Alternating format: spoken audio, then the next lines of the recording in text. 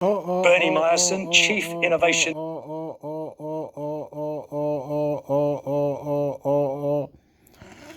This is called World Economic Forum, Bobcast. World Economic Forum. What's that about? Wait up.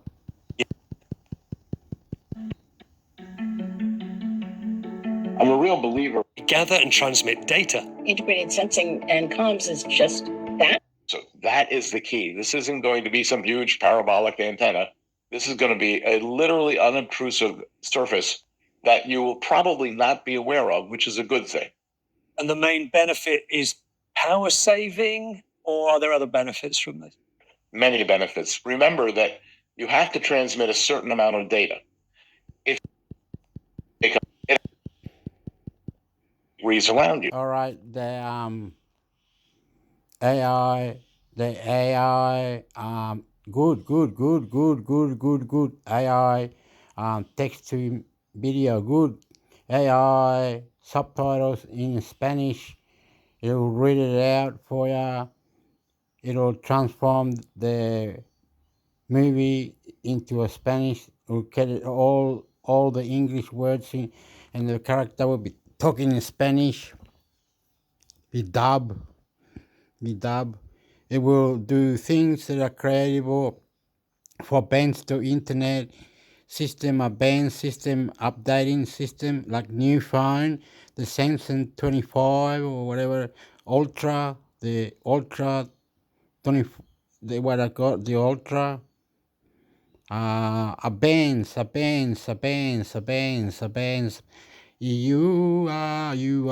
going to do things more so you can work with the computer and get some money and work together. You give them points and other credits and help them out with cookies and everything like this, and other forum and other ideas. You fuck, yeah, get fucked, can't lick the dog. You win, you champion, you are God, you are beautiful. Well, guess what? You just picked up a factor of 360 in the efficiency of sending data. You can go system update, terrorist, ovni, extraterrestrial, God, le can puta, in the side, Christian, God.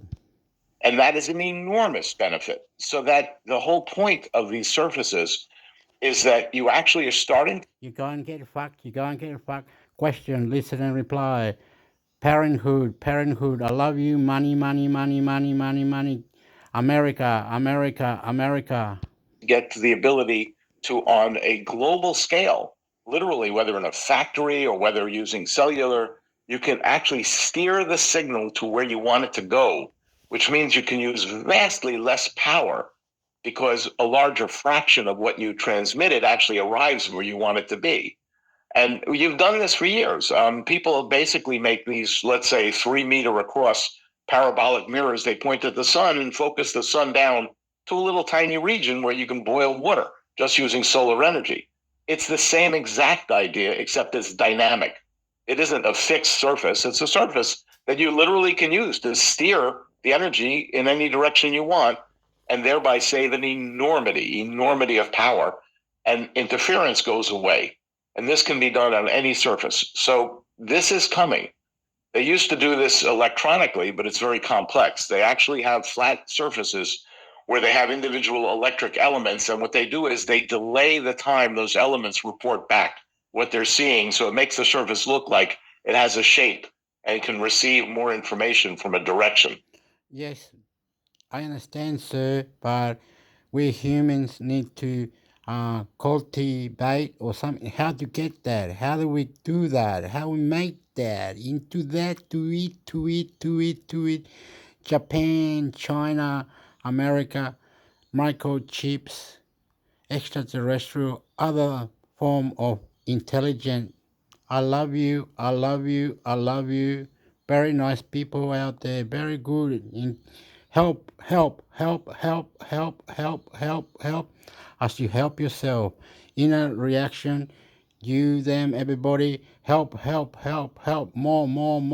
YouTube, Facebook, Google, artificial intelligence. Love you, sucker cunt. Nowadays, you literally Question, please. can build little mirrors that steer the energy exactly Question, please. where you want it. So it's really very powerful. Question, please. World record, mind blowing. Mechanism. And this is something that will Intermixhector, subscribe. Intermixhector, subscribe YouTube channel. Ora, go, Dios. become much more available over a short period of time. And what would it look like in the real world? Is this like a TV screen somewhere? Is it a whole wall in a home or a factory? What is this surface? It actually can be any surface. That's the key point. In other words, you might have just a flat antenna buried inside your cell phone that can nonetheless look in a particular direction once it knows where a signal's coming from to make a much stronger connection. It could be the roof of your car that actually, believe it or not, a section of the roof of the car actually can track a satellite overhead that's broadcasting information or track a passing vehicle.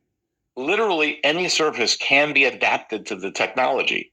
In a factory, you may just have a series of what look like small mirrors, but those mirrors actually are essentially beam steering, and they actually are steering the information in a very direct way to where it's most use and requires the least power to do so. It will be unobtrusive. That is the key. This isn't going to be some huge parabolic antenna. This is going to be a literally unobtrusive surface that you will probably not be aware of, which is a good thing. And the main benefit is power saving, or are there other benefits from this? Many benefits. Remember that you have to transmit a certain amount of data. If you have much more efficient connections, you need less power, or for the same power, you can transmit a vastly larger amount of data. So it's not just about saving power. You may want to run at the same exact power because the battery is adequate, but then you could transmit many times, maybe 100 times more data over the same link. So it's really a very powerful technology because it enables trade-offs that let you choose what it is you want to optimize, where prior times you didn't have that option. That's called reconfigurable intelligent surfaces. Down here it has the acronym RIS, so people can look out. Probably sounds like something we're going to be hearing a lot more about in the coming months and years. Let's move to number 4, which is also related to the transmission of data, I suppose. High altitude platform stations. What are they? If you think about it today, you have a cell tower, right? And you drive past and you connect to it. That works great if you happen to be in an area, like where you didn't have Hurricane Sandy that took out all the power, knocked out the cell towers, and you couldn't communicate. The challenge is you're not going to orbit a satellite specific to addressing that need, and you're not going to go out and buy a sat phone for the 3 weeks it takes to resurrect the local electric grid. What these options now are, which did not pre-exist, is people have done some astonishingly effective work, as an example, in figuring out how to build a solar-powered plane where you literally can have an aircraft with enormous wings that have all essentially photovoltaic devices across the top, electric powered, carry batteries, and they can orbit in a fixed location over a region. You can literally launch one of these things and climb it to altitude, perhaps 60,000 feet, and have it orbit over a spot and act as a temporary area where you can communicate via that to some remote one site that connects you back into the internet and provides emergency communications. So that's one of the powers of this technology. But the other one that's interesting, even because it's incredibly low cost compared to throwing a geosynchronous satellite into orbit, where you only have to accelerate it to 17,500 miles an hour. That's just to get it to circle the Earth. Then you have to climb up to 25,000 miles to park it in an orbit. Here you have to basically just launch an aircraft, or even, believe it or not, a dirigible or balloon, float it up to 60,000 feet and have it sit in a spot, and you have communications. That has enormous potential to basically remedy what we call the digital divide. There are still large areas of the continents where people do not have access, even basic access to the communications, the internet that we all take for granted in what we call the first world. The fact is that people need to have that. That is a leveling of the playing field. And to be able to do that at extremely low cost, at extraordinarily short notice, is very powerful. So this is much more than just saying, wow, in an emergency, I can get, phone communications and say help or I'm all right. This is about essentially potentially opening up a huge, huge amount of the world to high-speed communications where it does not currently exist at a price point that will not break the bank of the government or the entities involved in doing so. It seems almost like low tech in a way. You're talking about aircraft, they've been around 100 years, blimps, hot air balloons or whatever, dirigibles. There's something changed in the technology. It makes me wonder why this wasn't happening 40 years ago. What's changed? Intelligence. In prior times, as you might imagine, some poor pilot would be sitting up there flying the aircraft, flying the dirigible, and maintaining it. You certainly in the past didn't have photovoltaics, which meant, well, you ran out of fuel, and guess what? You landed. These things can orbit, the solar-powered ones, literally, potentially, hypothetically, months at a time. And that's the difference. In other words, you don't need people. These are run by, here we go, artificial intelligence. It can assess the rate of flow of air around the vessel and make sure it stays in the right spot. It can even anticipate global weather changes and reposition itself in anticipation of not being able to quite keep up with the local winds, but allow itself to get a little bit ahead of it so that it drifts back to the right spot. These are all capabilities that only existed within the last several years, particularly photovoltaic and battery technologies enabled you to put this up there and maintain it in a fixed orbit for months at a time. So there has been a lot of technological progress that has enabled this to evolve to something that's both essentially readily executable using, you are correct, underlying technologies like balloons that have been around since forever. There are 2.6 billion people in the world that have no access to the internet. I've taken that statistic from the report. This is a technology that could help address that. Let's go to number 5 on the list. It is called integrated sensing and communication. Mariette, do you want to tell us what that is? One of the things the report shows a lot this year is efficiencies through thinking about things more carefully. The technologies that Bernie was just talking about is a great example of integrating a bunch of things that many of them had been existing, but hadn't been put together in quite that way, and now have the right investments. Integrating sensing and communication, well, for decades, these things have been separate technologies where you have sensors and you have communication devices. And as a result, now we have lots and lots of devices and overlapping functions that have led to a lot of spectrum inefficiency, so financial loss and device congestion. If you put them together, it turns out, if you think about it, they can be put together. Integrated sensing and comms is just that. It allows wireless networks to become aware, I'm putting quotes around it, of their environments, enabling capabilities like mapping an environment, continuous monitoring of infrastructure like a bridge to make sure that stays safe and doesn't collapse. You could analyze air and water quality or soil moisture for agriculture. You could check for weather conditions. You can help with integrating into power grids, enhancing efficiency of them and enabling monitoring of electricity consumption and generation. There are tons of things you can do and more efficiently. So this is very much about efficiently. And imagine a world where it's just more aware of itself in every dimension. You're saving water, you're saving energy, and you're saving material costs of making all of these separate devices once you combine them together. Again, how new is that really? We're getting used to things like smart meters, but in the good old days, you had a meter that then had to be read by someone and reported back. And now these things are connected to the internet.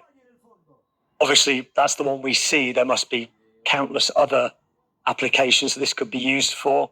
But presumably that's been developing now for some time. Sometimes the innovation is how you put it together. Yes, there have been sensing technologies such as what you described. And yes, there have been many communication technologies. But these things have existed as separate nodes and might all cluster around an area that you're trying to keep track of, whether you're trying to monitor the water in the soil because you need to worry about how drought tolerant your plants are, or whether you're trying to monitor electricity consumption in a world where we're using, at least in urbanized areas, more air conditioning than ever before, more energy draw than ever before to run these devices. So you put these together and it's more efficient. But yeah, I mean, we stand, what was it Newton who said? We stand on the shoulders of giants. That is true. There are steps along the way, and then somebody has, or somebody's, in the case of top 10 emerging technologies, have the insight that if you combine them, if you combine sensing and communication, now you're in a whole new area of both saving and awareness of the environmental conditions. To build on what Marriott just said, she's exactly right. And we go back to the reconfigurable surfaces. If you think about it, in the past, I'll give you an example. If you had two things that were, let's say, oh, good Lord, 10 miles apart, and then you needed to collect data across this 10-mile gap, you'd have a fairly high-powered radio. People, if you think about it, people use CB radios might be interested, in making that connection. The idea of using Wi-Fi would be inconceivable. Well, it turns out if you have these reconfigurable antennas behind the actual transmitter so that you can focus the beam narrowly, and if the other end of the receiver, again, you have the same reconfigurable surface that can actually look at a very specific location, you can use Wi-Fi to transmit over distances that are 10 or 100 times beyond what we typically think of it being capable of. And all of this enables you to have a level of interconnectivity that was unimaginable before, but only if you combine all the elements. It doesn't work if you just have a little piece. And as she correctly said, it is the fact that we finally have gotten to a stage where we have all the elements that this becomes something you could almost take for granted over the next several years, as opposed to something where we're seeing one-offs, like, I'll read your meter remotely. And by the way, reading the meter remotely, many places, they have a little transmitter and a guy drives a truck down the street and literally just captures the signal by driving down the local street. Why? Because they don't have a way to transmit over distance without getting very involved in cellular and other technologies. So this is something that will make a significant change over the coming 3 to 5 years in how well this works and how densely it can operate. That was integrated sensing and communication. We're into the second half of the top 10 now. This is number 6, which is called immersive technology for the built world. Marriott. It's amazing to me how much carbon is produced by our built world, in creating it, in building it. The report mentions 40% of global carbon dioxide emissions are involved in construction of various kinds.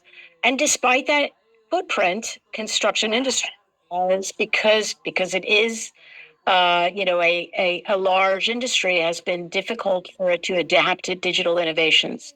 So what we're talking about here is AI-driven, again, that word AI, immersive reality tools that can bring the same kind of design power to construction that has begun to be used elsewhere to help leap ahead in the built world. What could you do? Well, for example, you could at scale than has ever been possible before ensure the accuracy and safety of designs, advance the sustainability by doing sort of hypothetical modeling digitally before building at a greater detail than has ever been possible so far with things like that you would have heard of, like CAD/CAM designs. This is at a whole other level of detail. And this immersive design would help anticipate construction challenges and test them out, test out different hypotheses, looking for potential errors in designs and solutions before you even begin to build.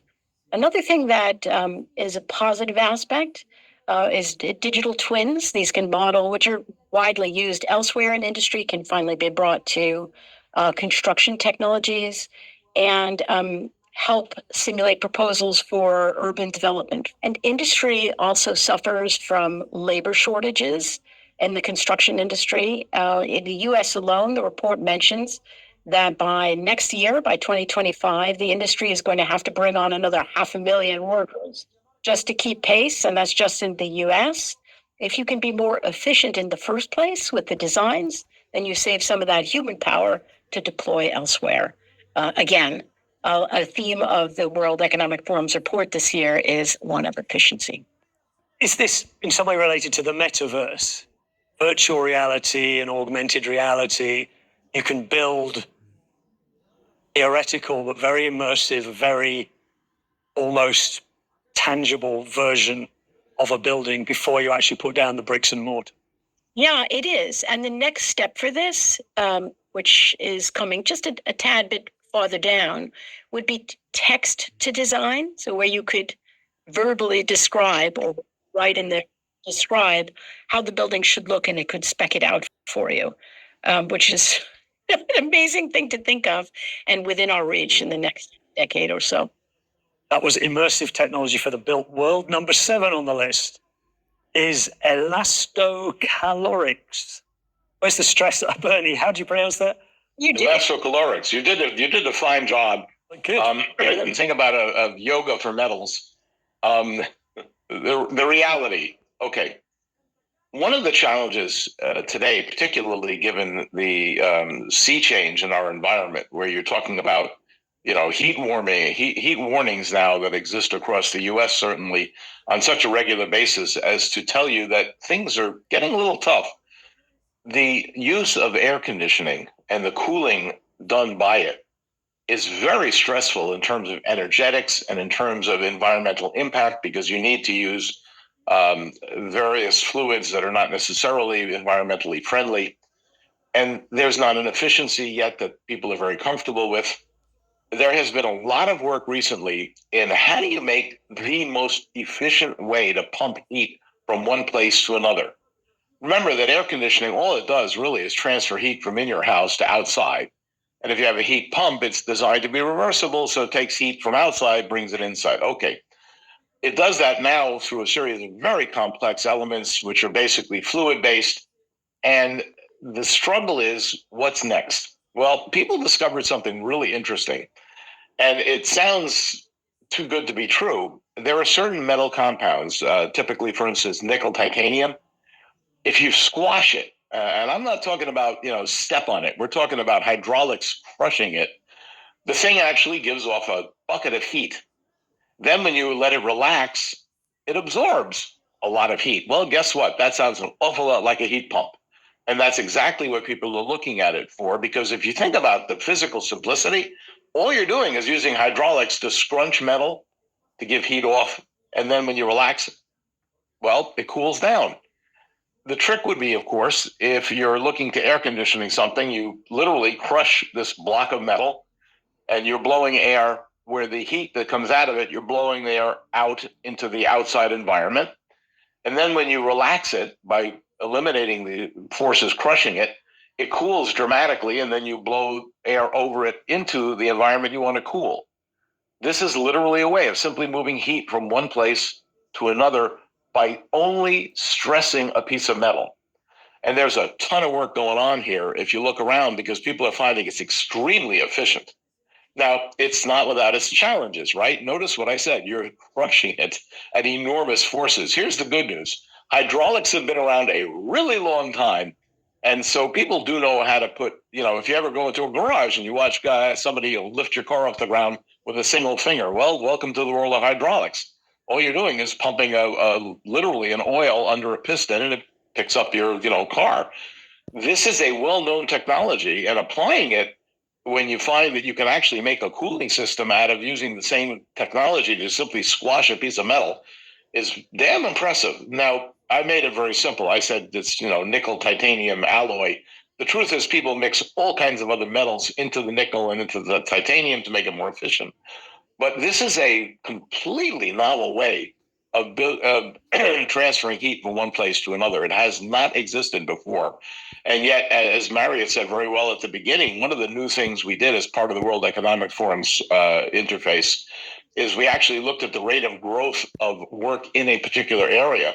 And this is one that's growing almost exponentially because, of course, all the automobile companies are looking at how do we do this. If you think about electric vehicles, one of the challenges had been how do you heat and cool them efficiently? And what they found is just what they call resistive heating was a mess. They literally would have a wire. You run a lot of current through, burn a ton of energy to heat a car during the winter. Not efficient. What they went to is a new system, which is a heat pump, where at least it's more efficient than the old way. This is yet another attempt to improve on that and find better solutions, because the more battery power you use, the shorter the range and the more pollution you might create in generating the electricity needed to operate the vehicle. So it's really a seminal shift in a field that we've known about, again, for 50, 100 years. Air conditioning is not new, but it is a way better way of handling this transfer of energy if people can sort out the mechanics. I mean, compressing a gas is one thing, crushing a metal is another.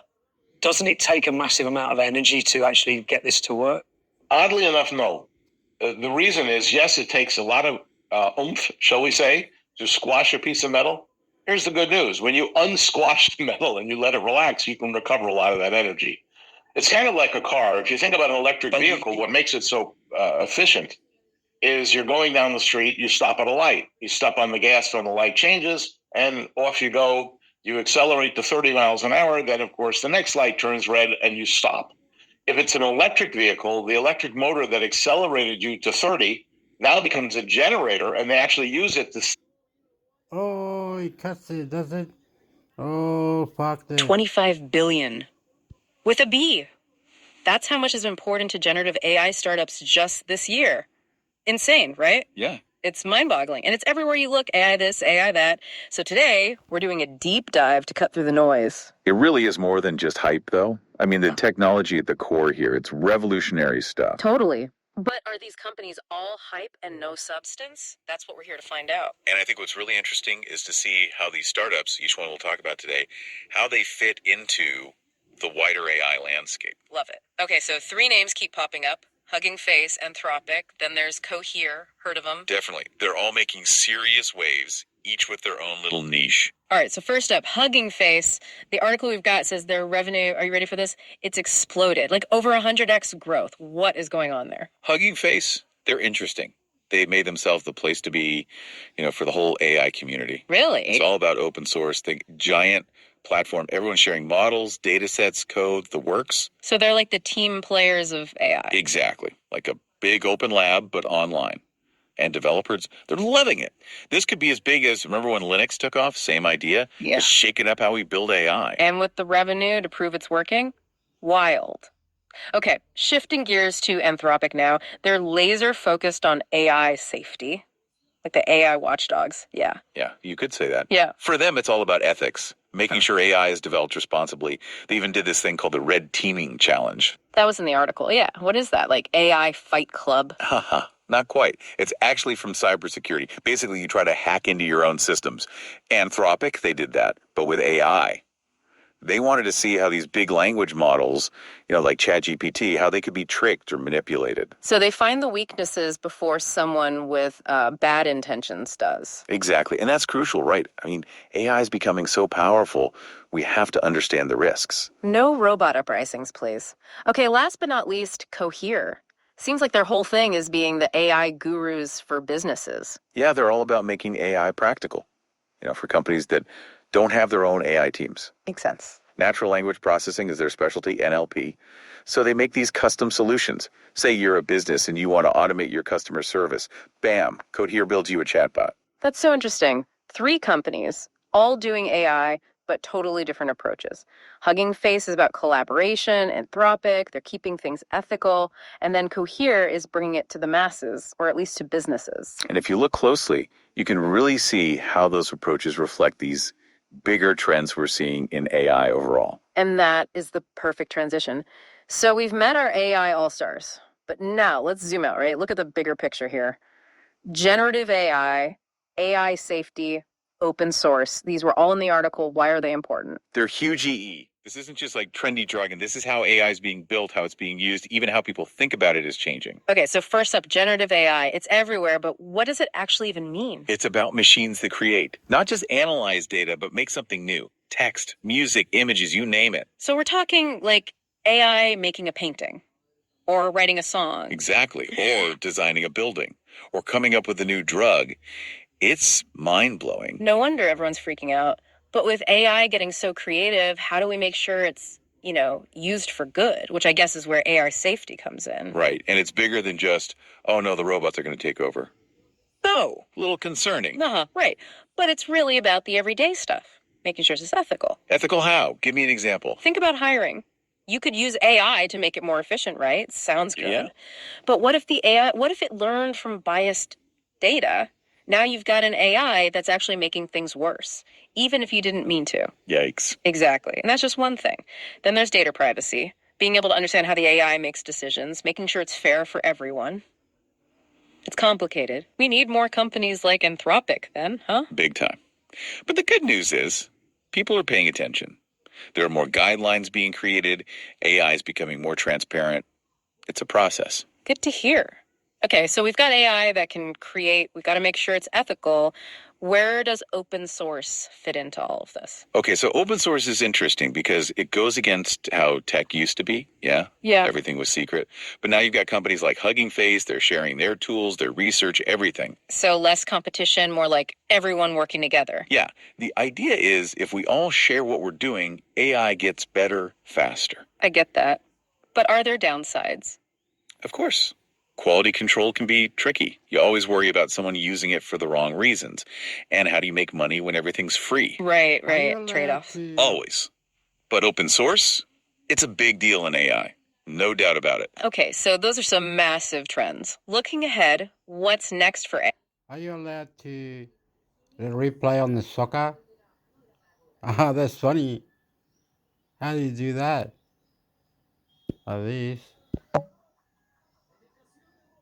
This would be breaking the rule. How do you do that? It's going off. It's going chili. How can we do it?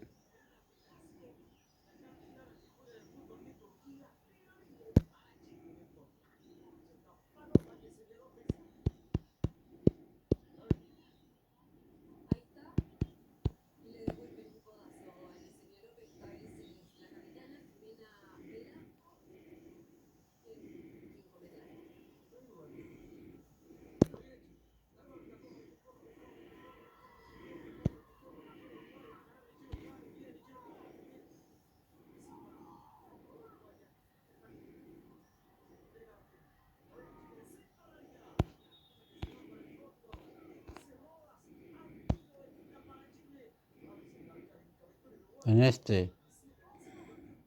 this one, bro. I like it. Yep, it's mine. The prices blow my mind. I feel so rich. I feel like a billionaire. I'm shopping like a billionaire. De preparación de cara a la Copa América del año 2025. Aquí en Valparaíso está Chile, también está la selección uruguaya, la selección charrúa que viene de buenos enfrentamientos, no juega de mediados de año, pero obviamente que será un duro escollo para el equipo. Okay, esto como hay que adelantarlo, ¿cierto? Hay que hacer esto.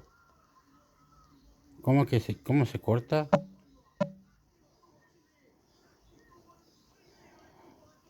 Se corta.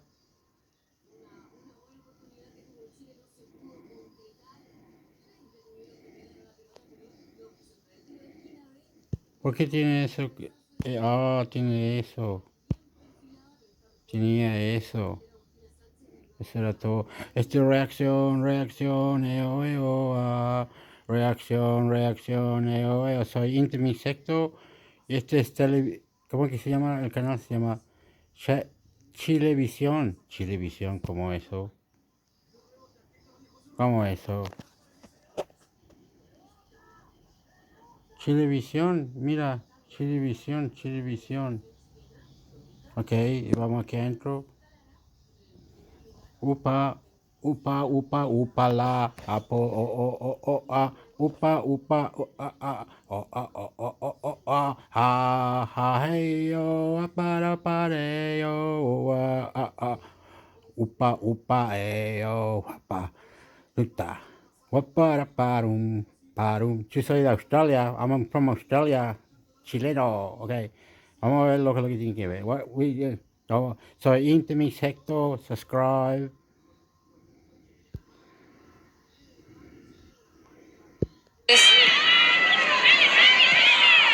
Que es la mayoría en realidad de esta selección. Salido en el fondo, y de Antonia Canales. Va entregando a Antonia Canales para Michelle Olivares, que tiene tránsito. Va Michelle Olivares como microllena proyectándose en ofensiva de la selección uruguaya. Cediendo para Jenny Acuña. Urrutia habilitada dentro del área. Engancha María José. Pasan todos de largo. Urrutia tiró. Hay un rebote en el fondo. Era bueno el intento. Sigue el peligro. Ha ido. Yanara. Ha ido y otro rebote. Otra vez es Chile protagonista. Balmaceda. Se va a jugar la personal y la marca está Bonilla. Le va ganando. Toca en el fondo para Karina Felipe. Intentaba girar. Velasco, Jimena, balón fuera, lateral. Favorable a la super roja femenina. Intentaba Sonia Kif.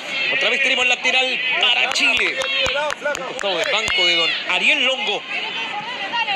Nos ven deportistas de nuestro país, incluso el team para Chile, que le mandamos un abrazo muy grande. Está nuestro querido amigo Robinson Méndez viéndonos, que además acaba de ser papá hace algunos días. Estamos muy felices por esta familia, así que un abrazo grande, querido amigo. Saludo para Robinson Méndez. Todo el team Chile. Están junto a Chilevisión. Vemos la falta. Hay la falta sobre Jenny Acuña cuando controlaba el balón. Sí, que no cobró y que mucha molestia también de Luis Mena. Hay lateral para Chile. ¿Dónde está? Dice la pelota Edo. Va descargando arriba para Jenny Acuña. Aguanta Jenny Acuña. Pelota que le va quedando a Rosario Balmaceda. La perdió, le queda otra vez Uruguay. Esperanza Pizarro, viene el pase profundo, a correr en ofensiva. Ponga freno, por favor. Bien Michelle Olivares en la marca.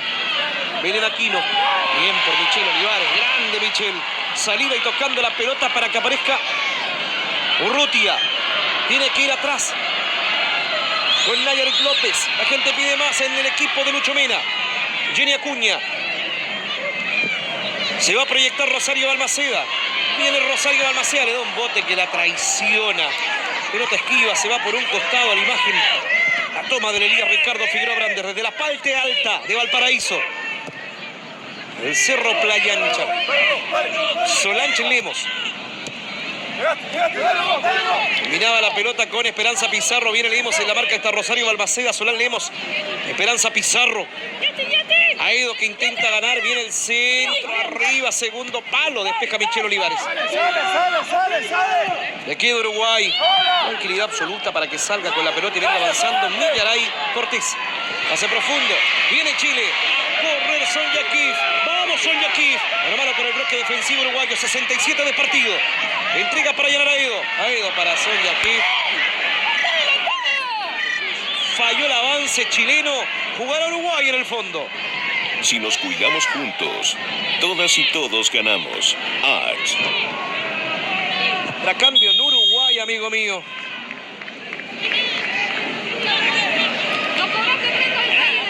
Viene la primera modificación entonces en Uruguay. Ingresa la número 19, pero va a hacer el cambio aún. Va a ser doble para aprovechar la ventana. Se viene entonces la número 19, Wendy Carballo. Y también está lista la número 6, Cindy Ramírez. Carballo Ramírez al terreno de juego en Uruguay. En el equipo de Longo. Pelota en la salida, Charrúa. Busca ahora Yanar Aedo. La aparición de Sonia Kif. Lo vives por Chilevisión. Somos Chilevisión Deportes. El canal de la Roja.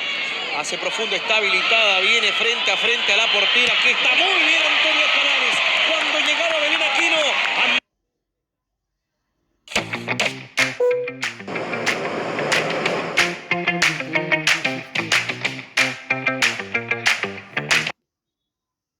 Antonia salió, le llovió en la jugada a la portera de Chile. Sí, es la número 1 de nuestra selección. Muy bien, creo que un rookie. De Turquía. Del fútbol. Tú digas mejor que del fútbol de Turquía, para que se complica, Javi. Ja, ja, ja, ja, Chile. Para Chile, las guaguas, los cabros, las mujeres, los cabros, las mujeres, los cabros, las mujeres. chicos joven, alegría chilenos, alegría chicos joven, vamos ya que ganamos, somos buenos campeón, va, le, vamos chilenas.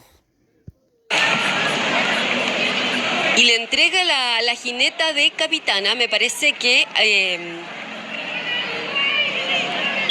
a la número 18, Nacho, ¿puede ser?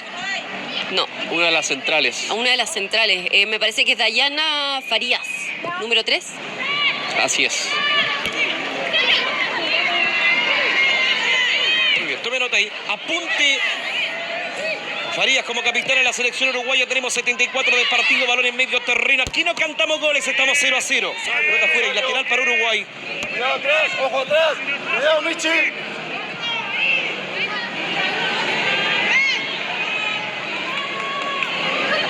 Rosario.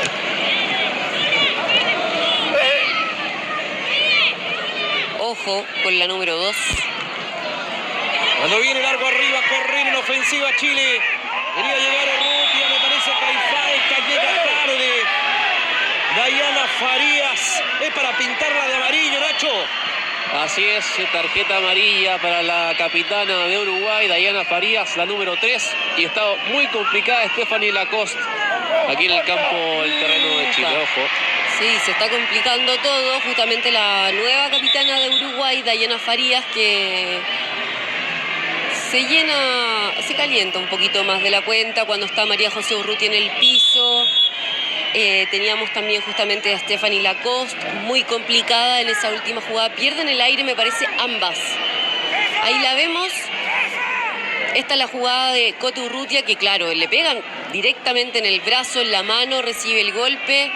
La pierna va muy arriba, podría haber sido mucho peor. Incluso se queda sin el aire y aquí se complica todo también con la árbitro del compromiso. Pero bueno, ya hay tranquilidad en la cancha. Apuntamos en la amarilla para Dayana Farías. Y el tiro libre para Chile. Con BCI, Manejado bien las acciones Angelina apoyar a la Roda, roja suena bien.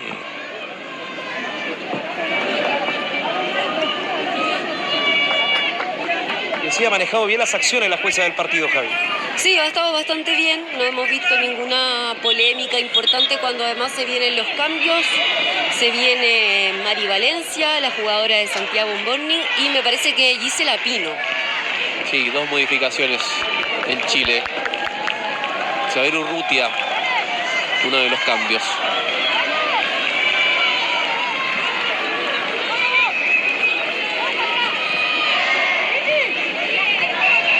Claro, seguramente María José Urrutia será por Mari Valencia. Y veremos si el otro cambio será el de Justin Jiménez por Gisela Pino. Se va de Jenny Acuña. Jenny Acuña, mira. Va a cambiar, va a ser un 4-4-2. Y viene Camila Sáez, vamos Chile. Camila en 77, tiró Sáez, da clava arriba, le queda Yanaraido, va sacando como puede el fondo uruguayo. Una buena opción para Chile en balón detenido. Hay una falta clarita de Justin Jiménez y la pintan de amarillo en Chile.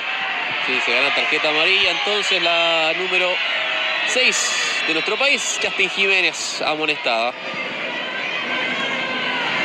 Ahí está la falta y la amonestación para Justin Jiménez. Se vienen los cambios entonces. Ingresa con el número 21 Mari Valencia, sale con el 9 María José Urrutia y se va también Nacho. Jenny Acuña. E ingresa con la número 4 Gisela Pino. Y con la número 21 Mari Valencia. Mucho cariño para Mari Valencia. Ahí está su mamá, llegó a los 11 años a esta ciudad, bueno, a Viña del Mar, a la ciudad vecina, desde Colombia. Destacó en Santiago Wander, en el fútbol escolar y también en la escuela femenina de la familia Ormeña, ahí con Rodrigo Ormeño en el sector de Gómez Carreño. Mari Valencia, que hoy lleva la 21 en la espalda, representando a Chile en el Elías Ricardo Figueroa Brander. Lo tenemos lateral favorable a nuestra selección. Va a mover Michelle Olivares. Lo que va a hacer Luis Mena, digo, En esta oportunidad es cambiar el esquema de Chile, jugar con un 4-4-2, dejar solamente a Mari Valencia y Sonia Kif como las delanteras y ver si es que Gisela Pino, de muy buen juego, puede aportar también en la generación. Cuando viene Uruguay, aquí está Esperanza Pizarro. Pizarro entregó la pelota eterna. Carvalho se va por el fondo, pero dicen que hay tiro de esquina. Da el botín de una chilena, no lo puede creer Lucho Mena. Molesto el técnico de la selección nacional. Dijo que hubo roce ahí, la jueza del partido. Nuevo tiro de esquina para Uruguay. Sí, la toca finalmente Yanara Edo. Por eso el segundo tiro de esquina para Uruguay. Viene el tiro de esquina para Uruguay. Prepárense en el área de Chile. Viene el centro, arriba. La pelota, segundo palo, cabezazo. Va sacando como puede Camila Sáez. Sigue el peligro. Bonilla. Quería tocar Bonilla, combinar la pelota con la costa. Sale Chile. A correr Rosario Balmaceda. Va despejando en medio terreno Uruguay. Lateral para Chile. Balmaceda. Aedo. Pelota para Miguelay Cortés. Buscan arriba a Sonia Kif. Salida Uruguay en el fondo. Viene Uruguay. Quiere salir, no puede hacer pie, pero lo hace de buena manera. Balón dividido, le queda Bonilla. Bonilla va tocando en ofensiva para que corra con la bola Esperanza Pizarro. Pizarro que no puede, se va del campo. El balón lateral para Chile. A ver, Rosario Balmaceda. Muy bien por Millaray Cortés. Falta, sí, sobre Millaray Cortés. La falta de Pizarro, tiro libre.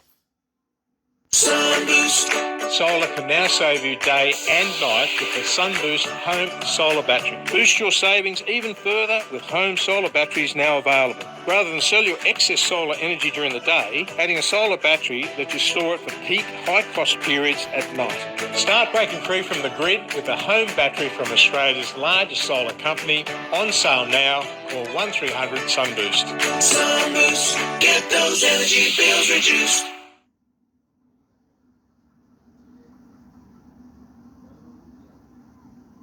I have been struggling to eat healthy with my busy lifestyle. Australian summer just around the corner, my already busy lifestyle gets even busier. I recently spotted U-Foods at the supermarket and they have so many options to choose from. I realized how easy U-Foods makes staying on top of my nutrition goals and how easy it is to order online. Now I get it delivered weekly, so I always have a meal ready. U-Foods takes the stress out of cooking. Check them out for yourself. Head to their website.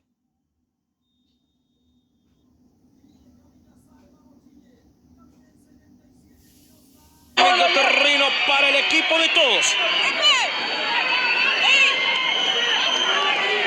Aquí la vemos y efectivamente existe la falta sobre la jugadora del Sevilla. Estaba mirando los partidos de Chile este año.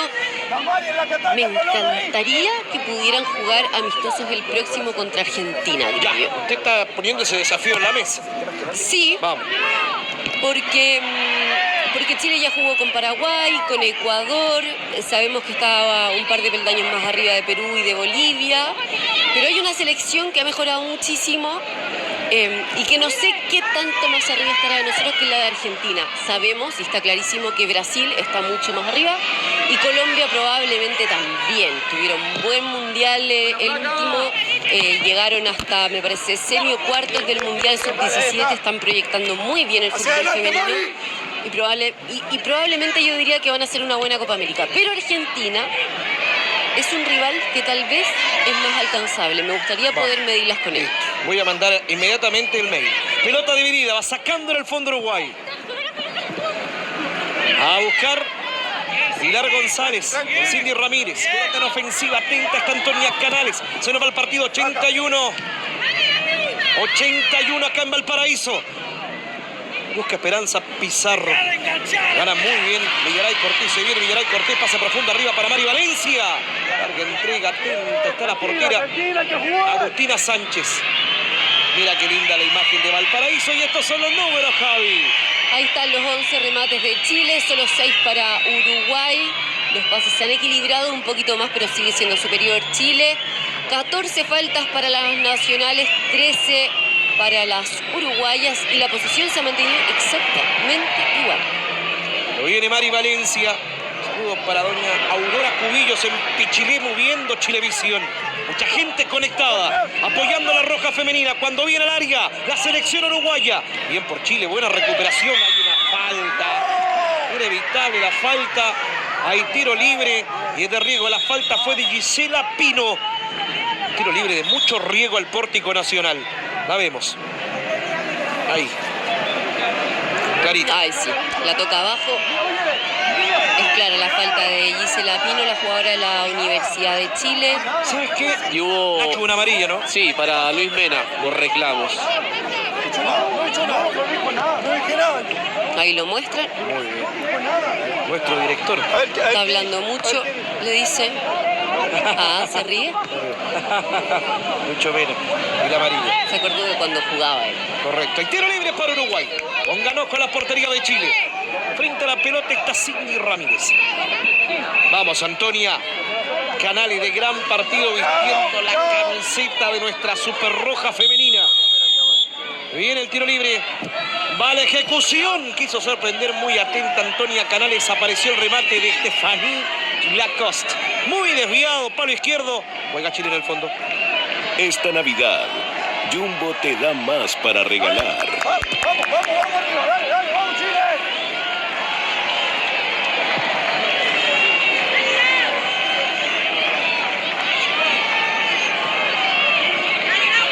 Queremos ir 0-0, Javi. Queremos un gol. Aquí va Chile. Buscando a Mari Valencia. Corre, que corre. Larga entrega. A dormir en el fondo. Repone Agustina Sánchez. En la celeste. Se nos perdió el juego. Sin Paloma López, Chile no es lo mismo, lamentablemente, porque es una jugadora fundamental en el medio terreno. Y necesitamos a alguien que genere más opción, que mueva la pelota, que la cambie de un lado a otro. Y para eso, Yesenia López es especialista.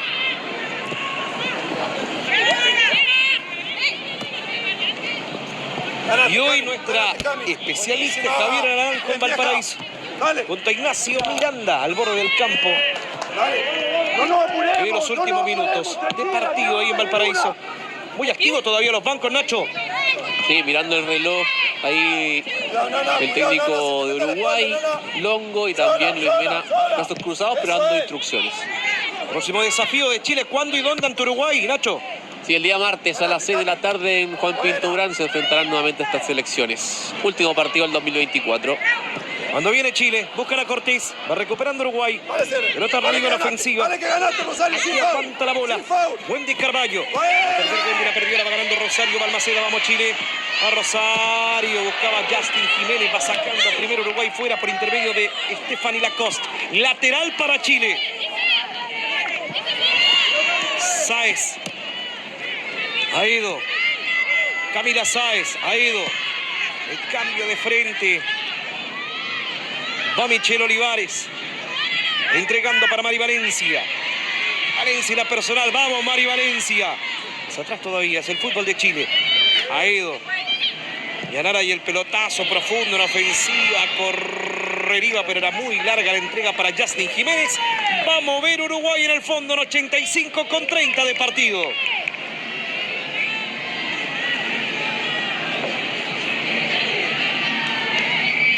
Luis Mena, que después de la amarilla se tranquilizó un poco. No hablo más.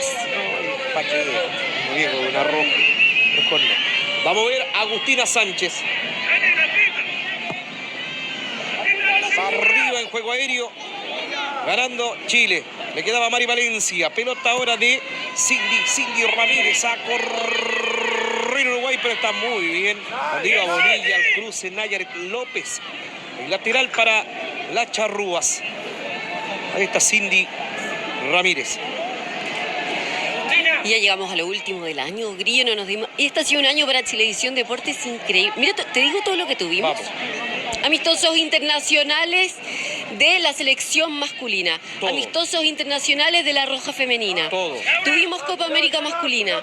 Estuvimos en los Juegos Olímpicos. Estuvimos en los Juegos Paralímpicos. Estuvimos en la triatlón de Viña del Mar. ¿Y te faltó algo? ¿Qué me faltó? Todas las clasificatorias sudamericanas las viviste por Chilevisión. Todas. Y además, así como para seguir, vamos a estar en el Ironman de Pucón del 12 de enero del 2025 y se vienen muchas cositas. Así que ha sido un año increíble para un grupo humano, mejor aún. Cambio en Uruguay. Save even more this Cyber Weekend with Domino's 4 days of deals. Today, when you buy one large traditional or premium. Ingresa la número 23, Casey Silveira. Se va a la número 11, Esperanza Pizarro. Solo esta temporada más de 50 partidos por las pantallas de Chilevisión Deportes. 59 de ¿Qué fútbol. número? ¿Qué número?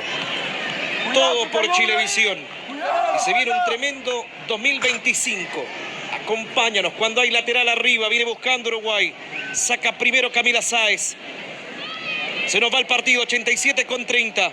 Me faltó la Copa Libertadores también. Bien, que hoy coronó a Botafogo como campeón. Y con transmisión, por supuesto, de Chilevisión. No, tremendo año. Y se nos viene uno, estoy segura que mejor, porque el jefecito te está trabajando. Hay unos números bien interesantes de esta Libertadores, ya te cuento. Cuando viene arriba y va sacando Chile. Anotó Vargas el 2-1, chileno. Sí. Desde Herrera el 91 que no anotaba un chileno en una final de Libertadores. Cuando fue campeón Colo-Colo. Fue de Leonel Herrera.